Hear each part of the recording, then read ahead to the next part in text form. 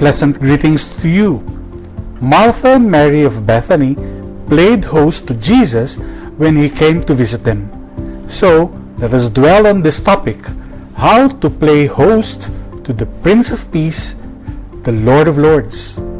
Let me share with you a bit of one of my favorite books, a deeply mystical book, which at first glance you might think is a storybook for little children. But let me warn you, it is really for grown-ups like you and me. I probably read this 8 times, and mind you, the messages keep on evolving each time. The book I am talking about is entitled The Little Prince. It was published in 1943 by Antoine de Saint-Exupéry, an airplane pilot. It is a child's fable for adults. The story is a gentle and grave reminder that the best things in life are still the simplest ones, and that real wealth in life is our relationships. The Little Prince tells of the author's being stranded in the Sahara Desert, where he meets a young extraterrestrial prince. As I said, there are 2 general truths to examine here. First, that the best things in life are not things. The second is that your greatest treasures are your relationships. The title character of The Little Prince is a pure and innocent traveler from outer space. He comes from an asteroid named B-612, whom the narrator, the pilot, encounters in the Sahara Desert. The Little Prince met some very odd people during his visits to different planets, like he met a king, a conceited man, a drunkard, a lamplighter, a businessman, and a geographer. While during his visit on Earth, he met the narrator, the stranded pilot in the desert, and also he befriended a fox, an unlikely creature from whom he learns what love entails. And in turn, the Little Prince passes on those lessons to the narrator. As the story unfolds, we learn that the Little Prince is bound by his love for a rose that he has left on his home planet, and that he had set out to journey outside his little planet in search for answers on how to care for the one and only rose that he cares about in his planet. His constant questioning indicates a certain truth as well, namely that one's search for answers can be more important than the very answers themselves. Now, that is a deep message right there, for starters, right? Here is an excerpt from the animation based on the book. The clip shows the moment that the Little Prince met an untamed fox, who was to become his dearest friend, and who would teach him a very important secret for a lesson. But it happened, after walking a long time through sand, rocks, and snow, a fox appeared.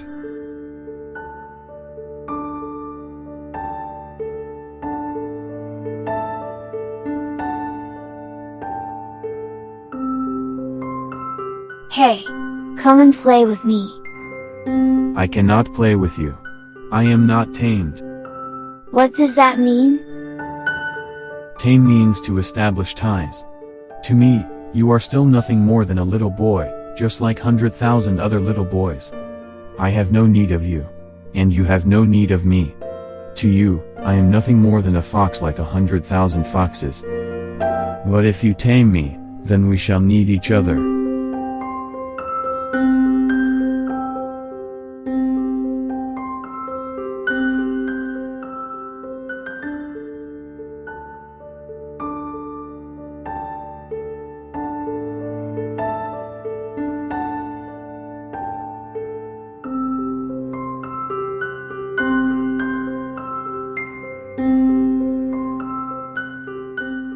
Who are you? We are roses. My rose is just a common rose, but she told me she was the only one of her kind in the whole universe. But she is not a common rose. She is your rose. It is the time that you have devoted to her that makes your rose so important. She is my rose. You must return to her.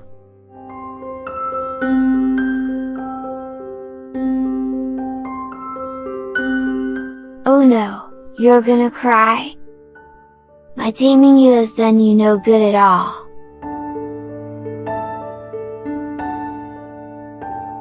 Let me make you a present of a secret. It is only with the heart that one can see rightly. What is essential is invisible to the eye.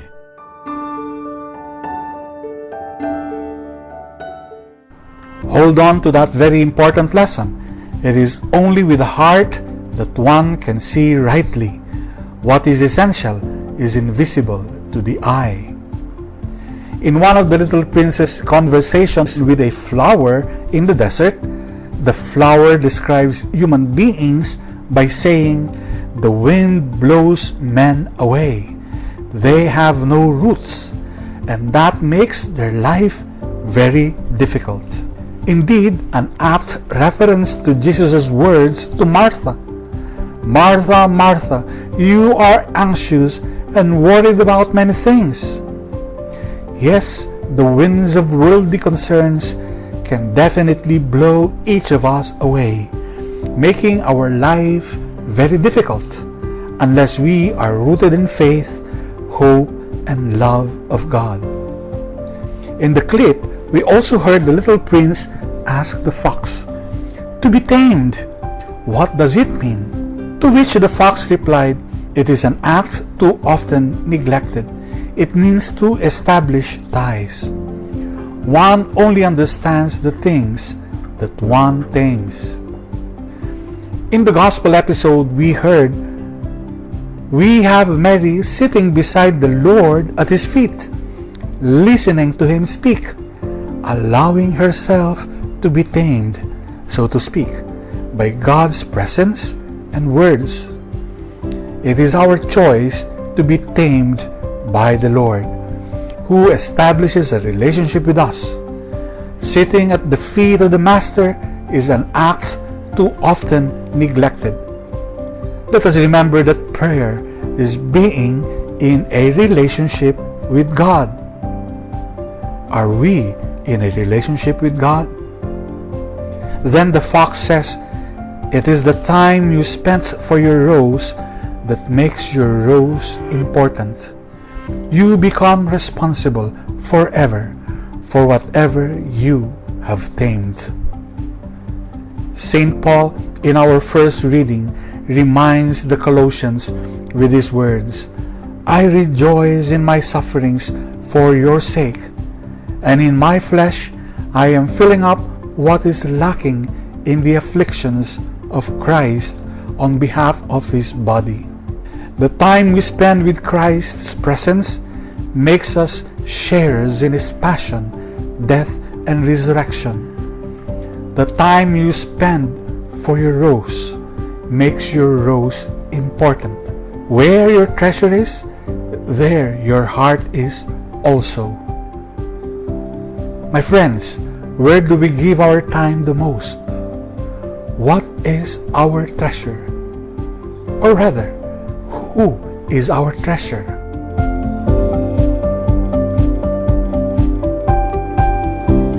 Let us go back to our main lesson that is for all of us. It is only with a heart that one can see rightly. What is essential is invisible to the eye. Who is the person that pleases God? Who is the heart that the Lord blesses? Our psalmist says in our responsorial psalm, "Whoever walks without blame, doing what is right, speaking truth from the heart, that person is blessed." In other words, God extols love in anonymity. That love is a kind of love that is not just for show. And let us admit it, we often forget that prayer is first and foremost a presence. Then it is a relationship.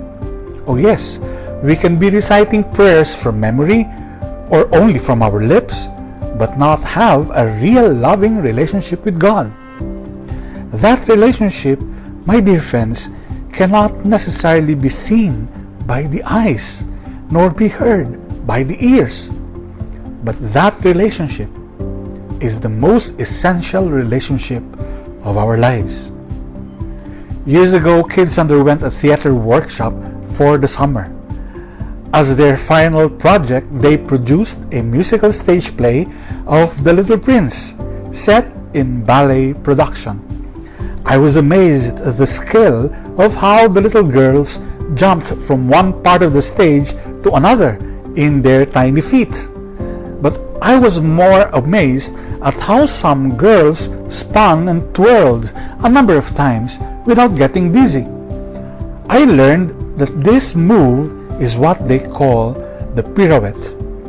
The pirouette is the rapid whirling about of the body, especially a full turn on the toe or ball of one foot in ballet. I once saw an interview of a girl after a performance.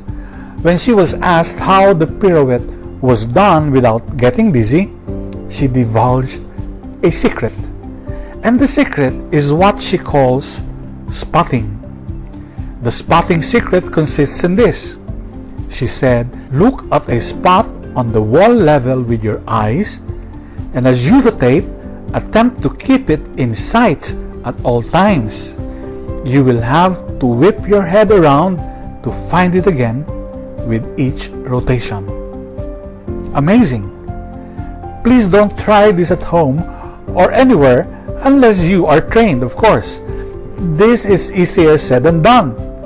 But mind you, as Christians, the secret lesson for us is easy to follow.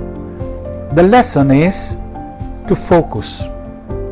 So, my dear friends, finally, what do we do when the Prince of Peace drops by for a visit to your heart?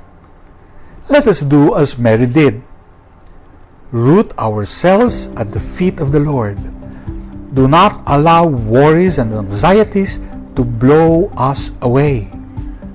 Allow ourselves to be tamed by Him in speech and attitude. Establish ties with Him. Connect with Him through prayer and maintain that connection.